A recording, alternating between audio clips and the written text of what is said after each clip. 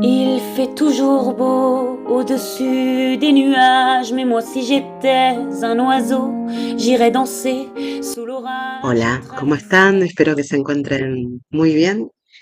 Bueno, lo prometido es deuda, dice el dicho, así que hoy les propongo poder pensar un caso clínico a la luz de los conceptos del imaginario social que hemos estado trabajando en el encuentro anterior, cómo juegan en la trama. Es un caso bastante interesante que tiene un montón de aristas para trabajar. Lo primero que les quería comentar es que cada vez que trabaje un caso clínico, por más que yo le cambie el nombre a los protagonistas de la historia, eh, al haber sido esta información y estos detalles puestos en cuestión en un análisis, en una terapia, cuento con un consentimiento informado, porque aunque uno le cambie el nombre, este, la persona puede ver el video, puede leer lo que uno como psicólogo escribe y puede decir, ahí está mi historia, ¿no? A pesar de que no sea tan así, porque la historia de uno, pensada por uno, es un relato. La historia de uno contada en una terapia es otro relato. Y la historia que los profesionales podamos llevar adelante en un ateneo, en un video, en otro plano, es otra historia. Sin embargo, tiene la resonancia de esa vivencia de un sujeto que tenemos que poder respetar y comprender. Razón por la cual trato de tener consentimiento informado de todas las historias que voy a poder compartir aquí. Hecha esta aclaración, les paso a contar la historia. Ariel, 45 años, Mónica, 40 años, un matrimonio de casi 20 años, o sea, más o menos se pusieron en pareja muy jóvenes, muy jóvenes, terminando la adolescencia, después de un noviazgo de 4 o 5 años, deciden casarse, deciden alquilar juntos, tener a su primera hija, eh, que digamos ahora tiene unos 18 años, y a su segunda hija con 12 años, ¿sí? O sea, dos niñas. Motivo de consulta, em, reiterados peleas en el matrimonio, maltratos bastante de ambas partes, ¿no? Como uno cuando lo ve verbales, vienen a consulta en una institución pública y se desarrolla un tratamiento vincular de mucho tiempo.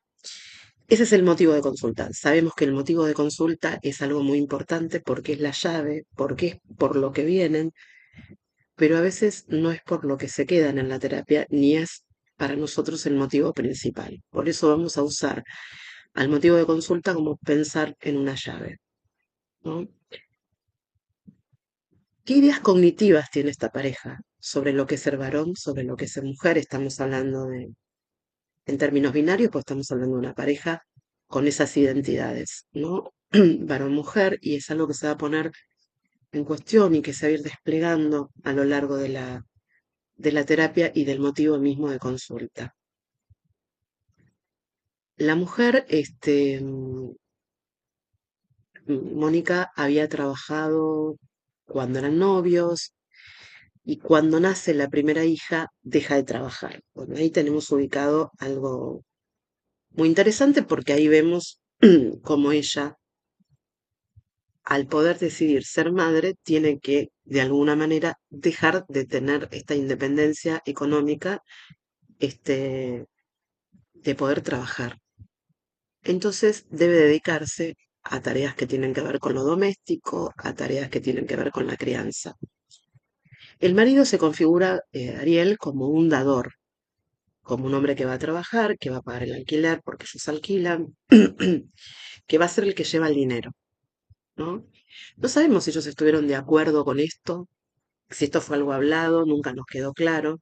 Generalmente a veces esto no es algo hablado, no es que cuando estamos en un vínculo de pareja, y aparte hasta a veces es saludable que hay cosas que no se hablan, porque a veces hay cosas que se dicen, se hablan en un momento, parecen quedar cristalizadas y después no se van a respetar o la vida nos va a llevar por otros caminos. Entonces eso que se dijo no se vuelve a repactar y después queda como un reproche de, bueno, pero quedamos en esto, vos dijiste esto. Con ese nivel de rigidez es muy difícil poder sostener los compromisos porque terminan siendo algo que genera malestar pensado de esa manera. Pero sí hay implícitos en una interacción que se van dando. Lo implícito fue que él iba a operar como un dador, como un padre nutricio, y la esposa como una, digamos, ama de casa, ocupándose de su hija. En el desenvolvimiento vincular de esta pareja, la mujer, a partir de esta emergencia del feminismo de masas, empieza como a tomar noticia, a leer, a pensarse como mujer, a pensarse en los términos del género, ¿no? Y decir, bueno, yo, cuando la nena ya tenía más o menos 10 años, la nena más grande, al advenimiento de la segunda, hay una crisis de pareja en el medio, donde él empieza en un momento a salir con otra persona, la otra mujer le escribe, le avisa, se lo cuenta, esto genera mucho dolor en la pareja, no llega a haber un distanciamiento, pero sí un quiebre muy grande. Este, ¿Cuál es a veces la trayectoria típica de algunas parejas? Cuando no quieren separarse, pero hay algo que viene a irrumpir y marca un antes y un después, desde la culpa, en este caso del varón, desde la baja autoestima, de la herida del amor propio, de la pérdida de un pacto, de ambos, pero bueno, acá particularmente de la esposa, como ella lo había vivenciado. Eh, Uno dice, estamos en los años, en el siglo XXI, pero esto es lo que yo decía, ¿no? En el video anterior, todavía hoy nos encontramos con imaginarios y con prácticas sociales habituales de la modernidad, porque estamos en una época de transición, entonces vamos a ver una gran coexistencia de modelos desde hace 15 años que se está viendo esto mucho en la clínica, la coexistencia de los modelos. Bueno, teniendo otra hija. Es decir, que ya el advenimiento en lo simbólico, el pensar a esta hija, esta segunda hija, es desde quién va a venir a salvar la pareja. Bueno, efectivamente, el advenimiento de esta nueva hija eh, vuelve como a enlazar a esa pareja. El problema es que la vuelve a enlazar en un modo siniestro. Y por otro lado, ¿por qué? Porque oculta que esta pareja estaba teniendo otras necesidades, ambos, cada uno por separado, y también como pareja. Entonces, ahí hubiese sido interesante por instalar una terapia de pareja o terapias individuales para poder pensar en qué actividades podían hacer, en cómo podían enriquecer el vínculo. Sin embargo, la resolución, la gente siempre que tiene un problema, salida del impacto del problema, va a buscar la manera de resolver, incluso si no hace nada, porque eso también va a tener consecuencias sobre ese problema que determinan. Ellos vieron el problema y lo resolvieron a su manera. Pero desde el momento que Mónica queda embarazada, empieza a sentir malestares en el cuerpo, empieza como a sentir, bueno, esto por supuesto lo manifiesta mucho más tarde cuando viene la terapia, ¿no? El marido es el que mejor va a recibir a esta nueva bebé porque es el que estaba con culpa. Entonces, al estar con culpa, ver que su esposa lo perdona y relanza un proyecto familiar con él, es como que lo dinamiza. Entonces, diría que esta segunda hija, durante el embarazo y durante el advenimiento, lo potenció al esposo, lo potenció a Ariel. No así a Mónica, que en algún lugar le resonaba que esto no estaba bien. Entonces, cuando nace la segunda hija,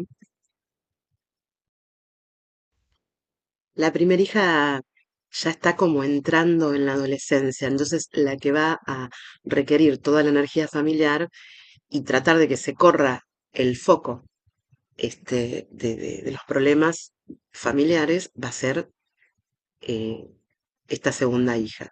Sin embargo, lo único que va a lograr esta situación es encontrarse con todos esos problemas que se fueron negando, que se quisieron tapar y van a retornar con todo. Esto tarde o temprano termina siendo de esta manera.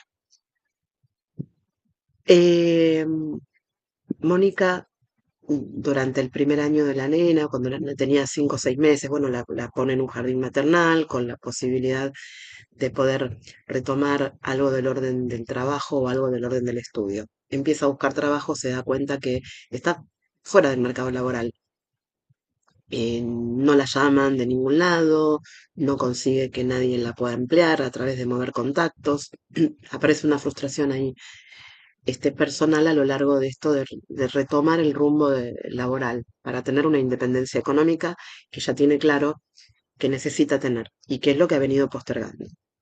A su vez, Ariel le empieza a plantear que a él no le alcanza, que la familia ha crecido y que el dinero no alcanza para hacer las cosas que a ella le gustaría hacer. No sé, por ejemplo, irse de vacaciones es algo que no podían hacer. Ella tiene sus padres, los padres de ella. En ese momento el papá estaba con vida y el padre estaba como muy arriba, ¿no? Es un hombre como que marca muy el ideal. Un padre también dador, que mantiene su familia, aunque su mamá también trabajaba, pero el aporte principal económico era suministrado por el padre que tenía un mejor trabajo que la madre, dicho esto en términos de ella así literal, y con el que ella tenía una buena relación. Entonces, es muy importante el rol de este suegro de Ariel y de este padre de Mónica, porque este padre va a ser el sostenedor de este vínculo de pareja.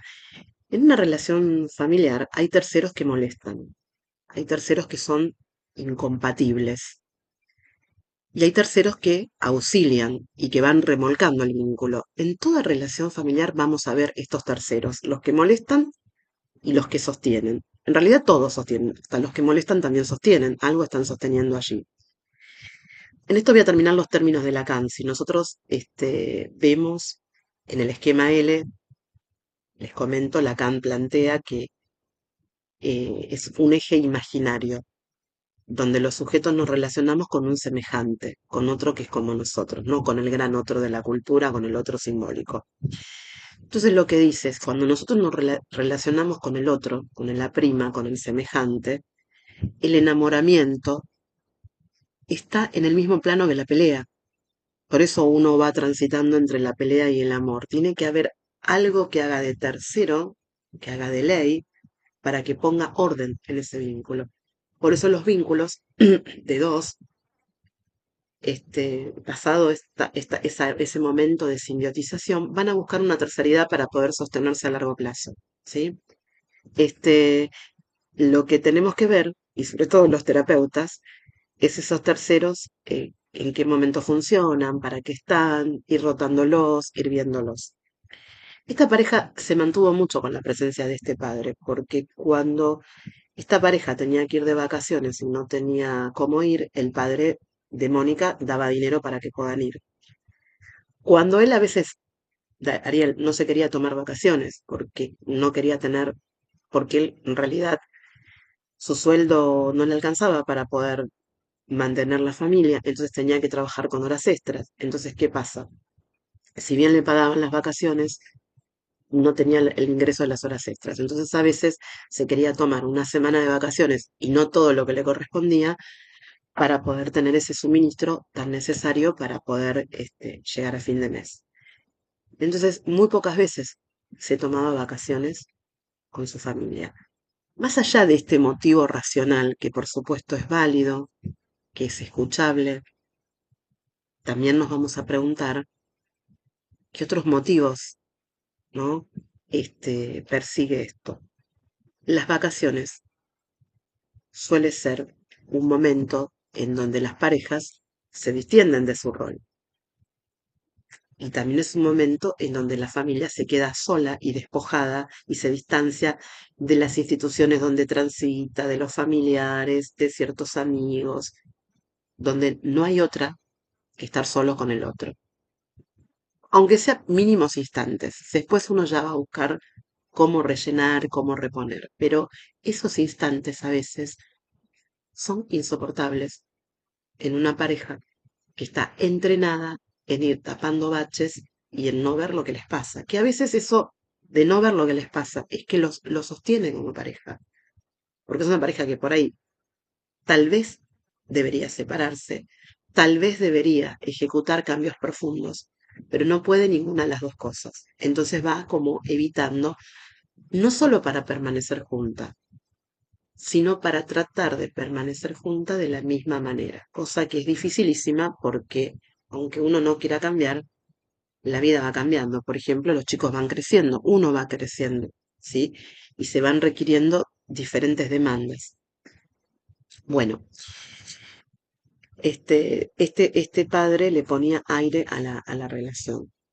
Mónica, cuando la nena tiene 5 o 6 meses, piensa en la posibilidad ya de estudiar algo al ver que no consigue trabajo. En ese momento ella hace una consulta individual, yo la atiendo. Yo en realidad voy a hacer el tratamiento que ellos tuvieron fue en un dispositivo sistémico. Les cuento cómo funciona. El dispositivo sistémico está formado por un equipo, hay una cámara Gesell, hay un video, hay un teléfono, están los terapeutas que atienden a la pareja en el campo y está del otro lado los que atienden el teléfono, dan indicaciones, el que supervisa esa sesión, uno que está mirando los gestos, otro que está haciendo el cronista, que está anotando. Es un servicio sistémico. A mí me tocó trabajar con ella, este, siendo su terapeuta individual, pero formando yo parte de un equipo sistémico, viendo del otro lado de la cámara Gesell también yo eh, las sesiones matrimoniales, con lo cual eso me amplió como terapeuta individual, si ustedes quieren, para llamarlo para que ustedes se entiendan, ¿no? Pero no se llama de esa manera técnicamente, poder ampliar un poco la mirada que yo tenía de la situación. Y también yo como terapeuta de ella, poder compartir con mis compañeros del equipo el proceso que estaba haciendo ella. La primera consulta que ella da, ahí no era una terapia de pareja, era un asesoramiento vocacional y ocupacional. Durante algunos momentos de mi carrera yo trabajé en un servicio público de orientación vocacional y ocupacional y así es como la conozco a Mónica y después yo pasé a otro sector en ese mismo hospital. Entonces, Mónica manifiesta todo esto, hacemos un proceso de orientación vocacional de 6 encuentros y ocupacional y, y un poco lo que habíamos visto en ese asesoramiento donde ella era la consultante, no la paciente, lo que yo veo le digo, bueno, vos querés establecer un proyecto tuyo, totalmente subjetivo, totalmente tuyo, como escindido, como desligado de su situación de madre y esposa, como alguien que es miembro de una familia y que decidió llevar adelante un proyecto compartido con un otro, ¿no? Cada vez que Mónica tenía que pensar en compartir algo con sus hijas o con su marido era mortificante. Inmediatamente se ponía a llorar, el marido le demandaba, bueno, vos tenés que trabajar o tenés que estudiar algo para poder ayudarme porque esto se desmorona, esto yo no lo puedo sostener más. Así que lo económico era algo inquietante. Por eso digo, la dimensión económica, la dimensión de clase, es importante como terapeutas tenerla en cuenta a la hora de conducir tratamientos familiares, porque si no se nos sesga mucho si solamente tenemos una mirada clínica sintomática. Em, bueno, a ella no le importa nada, ella hace oídos sordos y casi como que se pone en contra, no le va a dar el mínimo lugar a esto que dice su marido y empieza a estudiar una carrera, no importa cuál, esto sí me pidió la reserva, eh, que no es rentable económicamente o que si lo fuera a la edad que ella empieza a estudiarla, sería como difícil y que no le aportaría nada a su familia, pero le aporta algo a ella, ¿no? Y que ella tenía ganas de darle lugar a eso y que iba a luchar por eso. Bueno, empieza a estudiar, efectivamente. Esto fue hace más o menos 2 años atrás. Empieza a estudiar esa carrera como puede. Primero se embala un montón, mete 3 materias por año, después 4, después una, después se va bien. A veces puede cursar, a veces no. Mientras tanto, la demanda familiar sigue creciendo. Las nenas van creciendo. El marido empieza como a reprocharle y a enojarse con ella cuando la ve estudiando, diciendo que está desatendiendo las tareas hogareñas, que no se está ocupando, que él tiene que venir de trabajar a cocinar, que él tiene que venir de trabajar a hacer las compras, como que algo se ha quebrado en este pacto que ellos habían hecho, donde ella se ocupaba de las tareas y criaba a las nenas en la dinámica y él llevaba el dinero. Entonces ella lo primero que le plantea es, yo no soy tu esclava, que vos trabajes no te da lugar a que yo redefine, digamos, un pacto implícito, a que yo no pueda hacer nada conmigo, yo ahora quiero ocuparme de mí. Y él diciéndole, bueno, pero tenemos una nena chica, y ella le dice, sí, sí, yo le doy de mamar, yo la llevo al jardín, yo la llevo al pediatra, yo me ocupo, yo no desatiendo a la nena.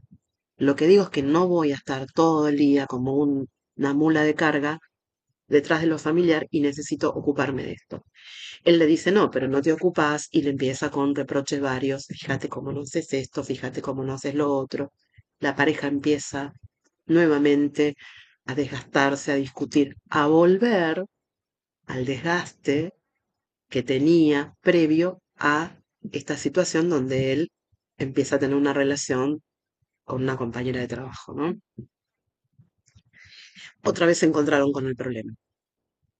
Bueno, ella siguen bastante tiempo de esta manera peleándose, reconciliándose, después se la invita como a desayunar o la invita a merendar, tirando como ahí unas migajas que para ella son importantes y para él, digamos, también porque él la quiere a su esposa, porque quiere estar con ella, porque no quiere eh, terminar con ese proyecto familiar. Pero la verdad es que también le es a él muy costoso. Este padre que siempre está ahí auxiliando, dando oxígeno, con una muy buena relación con su yerno, consciente de que tiene que ayudarlo a ser esposo, a ser padre, dándole consejos, sacándolo a pasear, dándole dinero, este, cuando quieren tener algo. Y bueno, y más o menos así la vida se fue sosteniendo por 4 o 5 años. El tema es que este papá de Mónica se va a enfermar de cáncer, va a tener un año muy complicado donde Mónica va a estar muy angustiada y muy triste y donde este padre va a dejar de dar la ayuda a este familión, a sus nietas, a su yerno, a su hija. Y Mónica no tiene una buena relación. ¿Cómo está constituida la familia de origen de Mónica en esa actualidad? Con su madre y sus 2 hermanas, o sea, 3 mujeres. Que a Mónica la relación de Mónica con su mamá siempre fue una relación de poca livinización, de una madre que da lo poco, lo mínimo, poco afectiva, este, y la casa de Mónica es como la casa de Bernarda Alba, ¿no? Ahí después que se muere el padre, la madre queda viuda, las hermanas no consiguen novio, este, y se quedan solteronas, como se decía antes. Perdón por los imaginarios que estoy haciendo, pero estoy tomando las palabras de los protagonistas, lo que ellos dicen de cómo ven a la familia de ella. No quiere decir que yo lo vea de esa manera, pero me interesa graficar el relato que ellos traen. Y en realidad no es así, porque las hermanas de Mónica pudieron estudiar, pudieron hacer otras cosas, pudieron vivenciar su soltería y tampoco es que están solas, no conformaron una relación de pareja con un matrimonio con hijos, pero tienen sus vínculos, ¿sí? Simplemente no han apostado por la convivencia. En realidad se han agenciado mucho más de un rol femenino vinculado por la libertad, por qué quiero hacer. Pero claro, esto no puede ser visto por ellos. Entonces, para ellos, estas hermanas son unas solterones, ¿no? Que han hecho una alianza con la madre. Entonces, cuando fallece el padre de Mónica, hay todo un distanciamiento, no en la pelea, no nada, pero hay un distanciamiento con la mamá, hay un distanciamiento con las hermanas, y que no la sienten como alguien que colabore. Ese suministro de colaboración ya no está. Entonces, esta pareja de Ariel y Mónica se ve debilitado. Se encuentran solos en una dimensión de apoyo instrumental y económica. Eso sin lugar a dudas. Pero Mónica particularmente, sin el apoyo emocional que este padre suministraba. Entonces, en ese año posterior a la muerte del padre, va a haber un incremento de las peleas y de la crisis de este vínculo de pareja.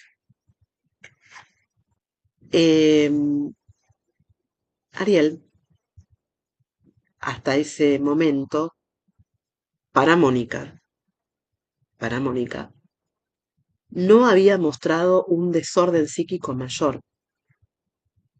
Más que ella decir, es un tipo histérico, en el sentido de cómo entiende la histeria el imaginario social. ¿Qué dice alguien de que alguien es histérico?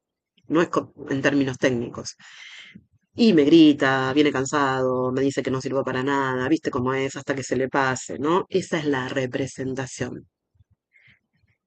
Y no más que eso.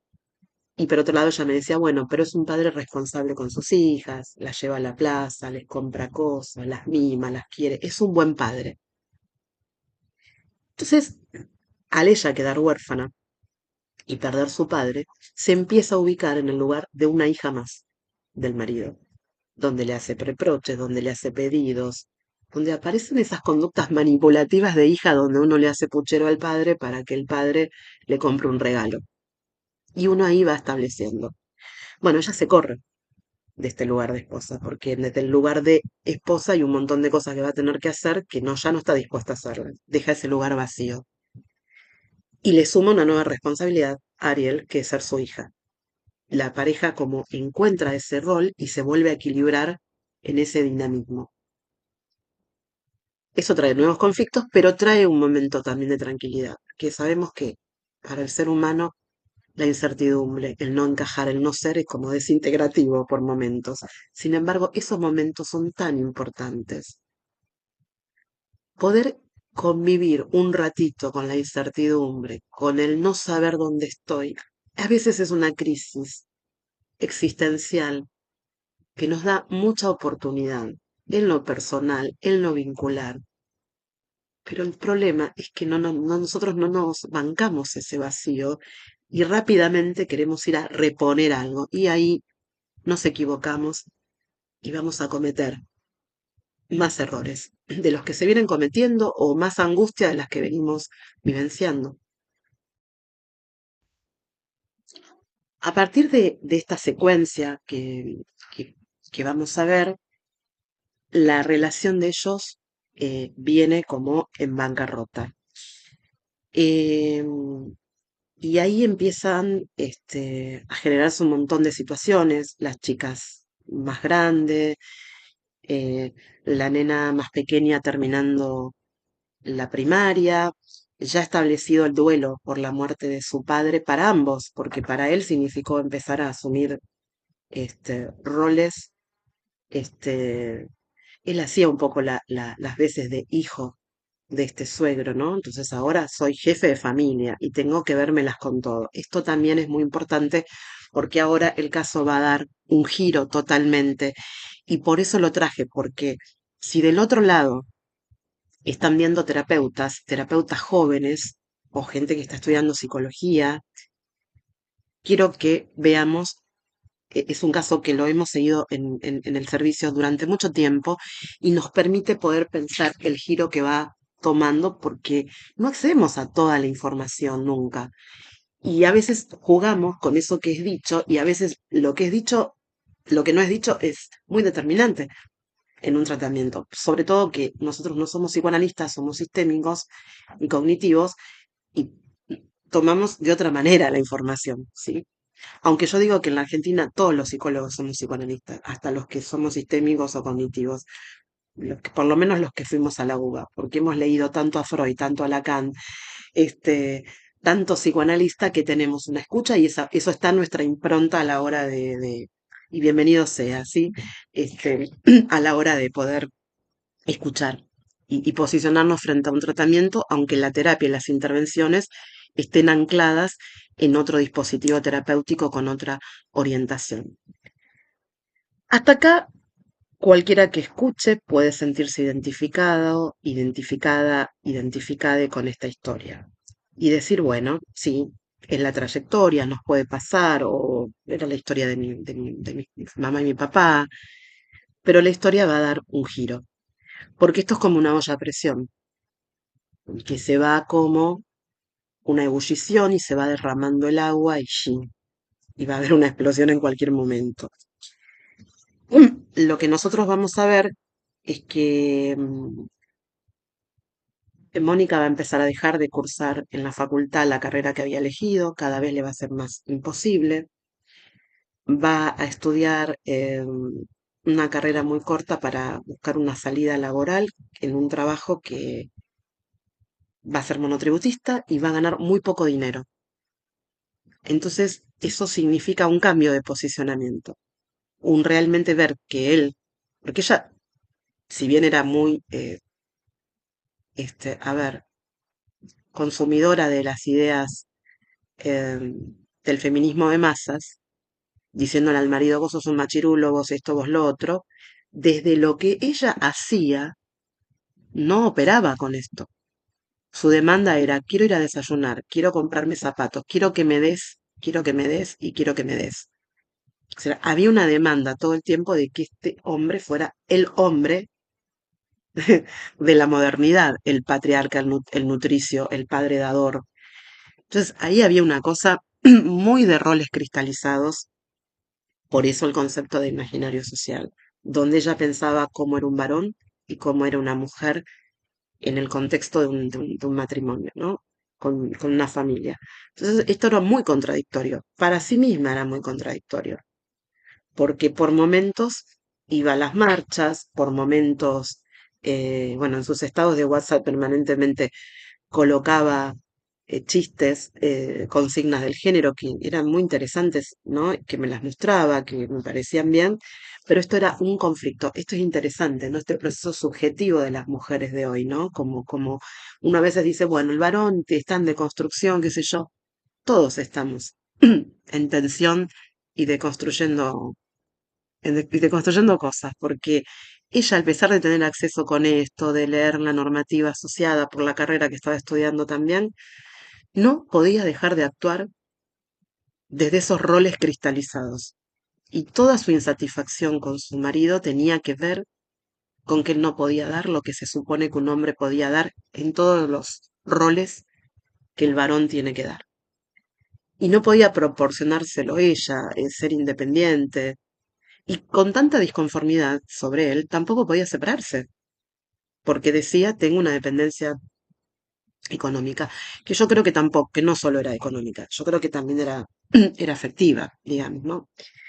Este, bueno, la maternidad era todo un tema, porque si bien ella había deseado a sus hijas, y si bien quería a sus hijas, lo cierto es que le fastidiaba muchísimo ocuparse de sus hijas. Este, las dejaba todo el tiempo a la más pequeña con el celular, a la plaza la llevaba eh, el padre era el encargado de distraer a la nena y ella simplemente era la que la llevaba a todos los lugares. Mm, Después sentía culpa y tenía conductas compensatorias con la nena, pero si la nena se tropezaba en la calle, la levantaba de los pelos. De hecho, me cuenta un episodio con la nena más grande, donde estaban en un lugar público haciendo un trámite y la nena lloraba y ella hace un gesto como que le va a pegar, dice que no le iba a pegar, pero le va a pegar y viene un policía, intercede y bueno, le pregunta los datos y qué sé yo. Entonces a partir de ahí ella me cuenta algo que era muy simpático porque no me quería contar esto. Me la encuentro en el pasillo del hospital y la saludo y ella no me saluda. Entonces le digo, uy, te había saludado, qué sé yo, no sé qué. Estaba con los auriculares puestos. Entonces ahí me dice, no, pues yo estoy con los auriculares puestos todo el tiempo, todo el día. Voy a todos lados con los auriculares puestos. Entonces le digo, ¿por qué vas con todo, a todos lados con los auriculares puestos? Moni le digo, y me dice, porque me pasó esto en tal lugar.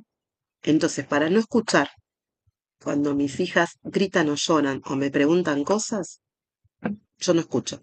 Entonces estoy en mi mundo. Esto para mí fue como revelador, ¿no?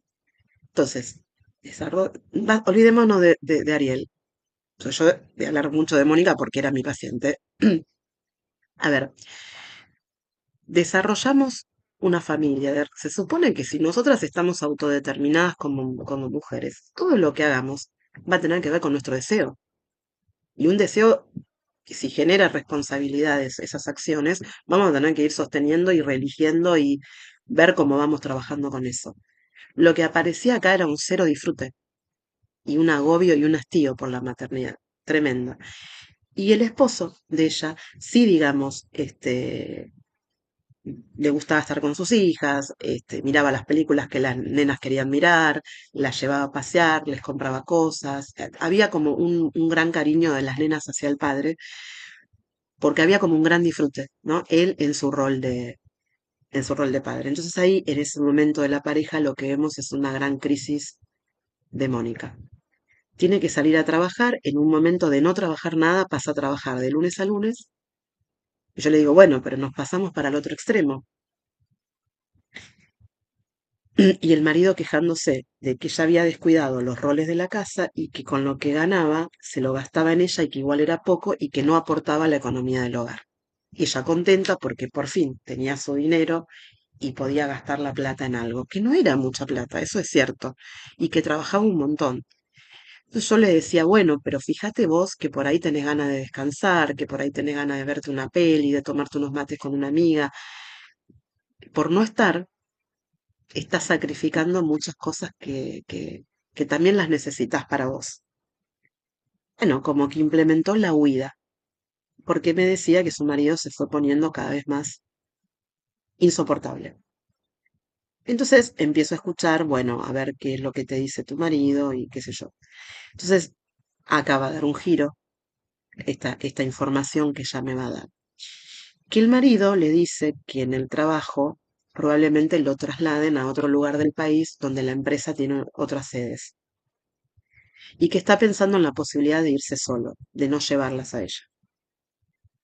Pero que bueno, ella tiene miedo que él las largue en banda, que esto sea una separación encubierta y que no las mantenga. ¿Y qué va a hacer ella? Que cómo va a pagar un alquiler, y llorando y muy desbordada y muy angustiada con esta situación. Bueno, el tiempo va pasando y no se concreta este traslado del marido a ningún lado, pero es como el horizonte, la veta de horizonte por donde escapa el marido con su imaginación y el temor de que el marido se vaya de ella. Pero es un temor que va y que vuelve, ¿no? Que está ahí como fantasma, como fantasma. Después le digo, bueno, pero capaz que también cabe la posibilidad que se vayan todos, se habría que reconfigurar qué hacen las chicas, qué quieren hacer, porque la más grande ya está en el secundario y ya, le decía, bueno, va a estudiar acá, entonces tendríamos que ver esa posibilidad. Paralelamente a eso, después el marido empieza a plantearle que le escucha conversaciones en el trabajo de que están pensando en echarlo. Un empleado de mucho tiempo, de muchos años. Entonces él fantasea con la posibilidad de que si lo echen, con la indemnización puede hacer algo. Recordemos que ellos alquilan. y alquilan una casa grande, que son varios, y entonces qué va a hacer ella si él se queda sin trabajo y que capaz consigue, pero con qué va a conseguir y dónde va a conseguir. Y así pasan como, la verdad, 3 o 4 años con esta cosa. Y ella diciendo, bueno, no aguanto más escuchar las cosas que me dice el trabajo y que acá y que allá. Bueno, habrá una posibilidad que tu marido haga una terapia, qué sé yo. Bueno, sí, ahí se instala el vínculo de la terapia de pareja con temas que tienen que ver con la pareja y que permiten reordenar algunas cuestiones, como para que cuando vengan a pelear a la terapia, que tengan un momento del día donde pelean, esas pequeñas estrategias sistémicas que van permitiendo ponerle un poco de aire y oxígeno y que la pareja también vaya definiendo qué va a hacer, qué va a hacer. Este, bueno, llega un momento que ella me comenta que el marido le dice que cree que hay cámaras en su casa y micrófonos y que los jefes lo están escuchando. Bueno, lo que le digo es tu marido está delirando, tu marido está alucinando, esto es un tema que se tiene que ocupar un psiquiatra y esto es algo que hay que trabajarlo desde otro lugar. El marido obviamente revela acá que hay una estructura psicótica, paranoica, que se está manifestando a partir de un momento de sumo estrés, fue construyendo un delirio y que de repente colapsa. Ella llorando, ella estando mal, no pudiendo hacer nada. Mi sugerencia en ese momento, recordemos que los cognitivos comportamentales hacemos sugerencia, decimos claramente, le preguntamos a la persona qué cree que puede hacer. Y cuando la persona cree que no puede hacer nada, damos una sugerencia según lo que podemos. O sea, yo lo que le planteo es que dado que el esposo hace muchos años que trabaja en esa empresa, que debe ser una persona muy querida, que ella pueda ir a hablar con los jefes y poder plantearle que su esposo no está bien, que tiene un episodio de estrés, que necesitaría una licencia, que va a tratar de hacer un tratamiento y ponerse mejor y explicarles un poco lo que está sucediendo. Claramente no lo que de verdad estaba pasando. Pero bueno, exponer hasta ahí, pero marcar que bueno, hay algo del orden de la salud mental que no está funcionando. Porque todo el episodio delirante está en el trabajo. Bueno, ella continuó trabajando hasta siguió trabajando, pero a medio turno.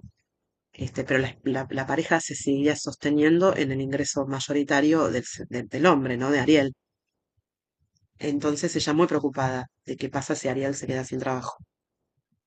No toma mi sugerencia de hablar eh, con, con, con los jefes, dice que ya no sabría qué decir, que no sabe si eso corresponde, que no lo puede hacer.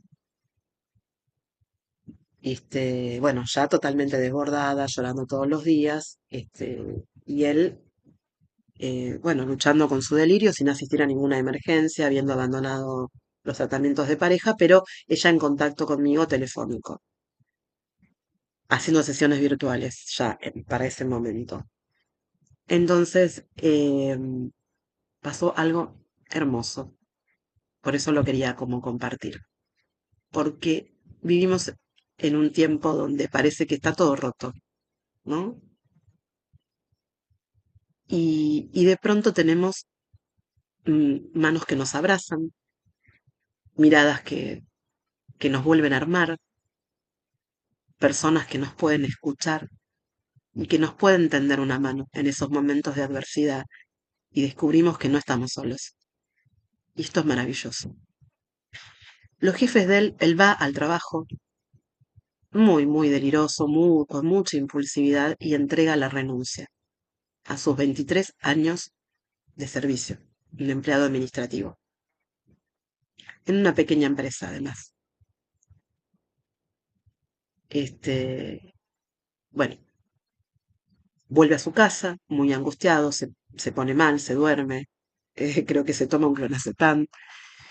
La mujer triste, angustiada, no sabía qué hacer.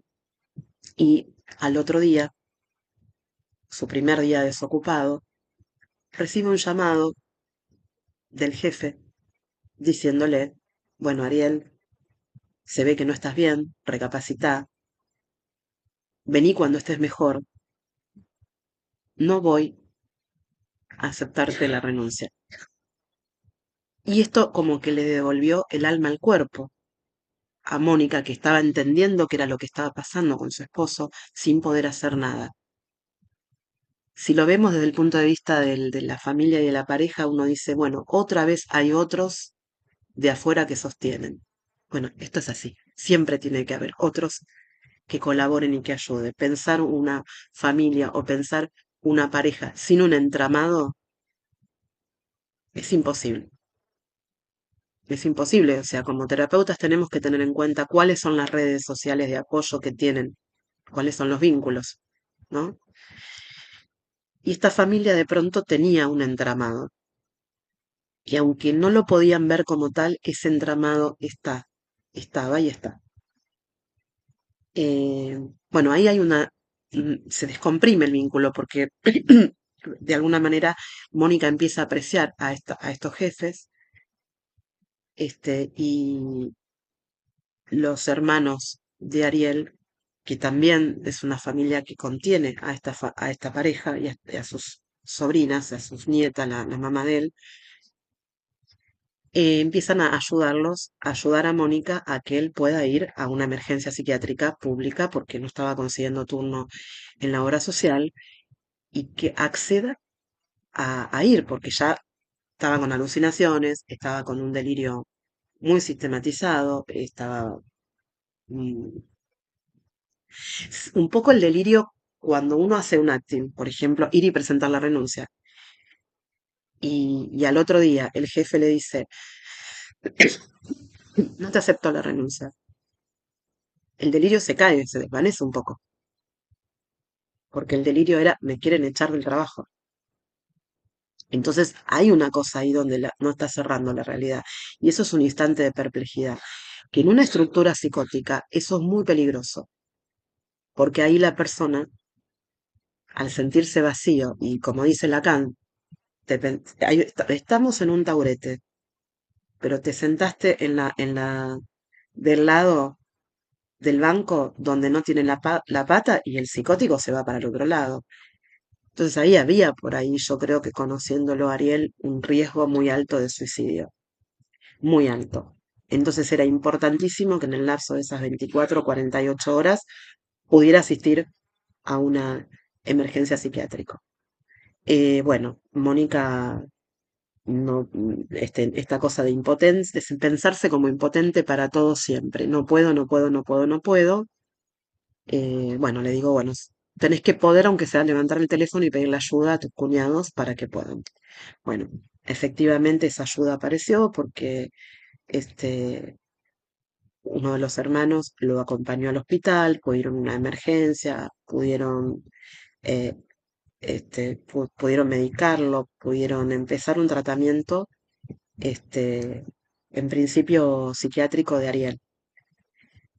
Después Mónica no podía ni siquiera mandar los certificados, ni establecer contacto con los jefes, entonces hubo que ir remolcándola para que ella pudiera pensar, salir del rol de hija, o sea, no quería salir de ese rol de hija que ella se había montado, donde se cae este padre, lo que implica un nuevo duelo para Mónica, porque se le había caído su papá, que estaba muerto, repuso con su esposo, y este esposo estaba barrado y ella, aunque estaba todo hecho anicos, queriendo reposicionarlo.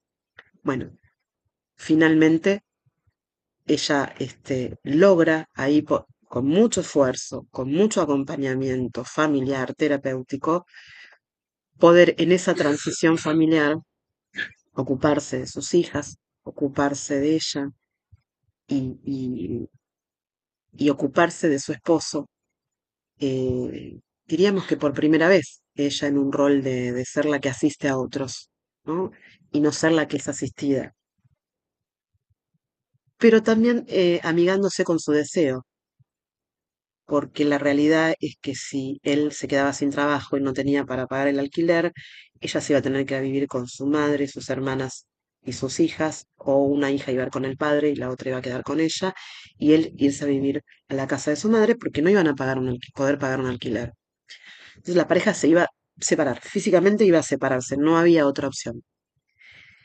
Entonces, ante esto, también es un escenario interesante que se abre, porque yo le digo, ¿vos te querés separar? Me dice, no. Bueno, ¿vos querés acompañar y estar con él?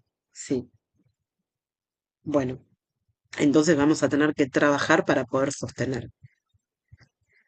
Pero en este trabajar para poder sostener, Mónica tuvo que hacer un montón de rupturas con un montón de ideas que ella tenía y que puso en acción en esos años en- previos al brote de su marido, ¿no? En esos años previos al brote, y que nosotros sospechábamos que no era el primer brote que su marido había tenido, aunque ya no recuerdo un brote de esta magnitud, puede haber tenido un brote en la adolescencia.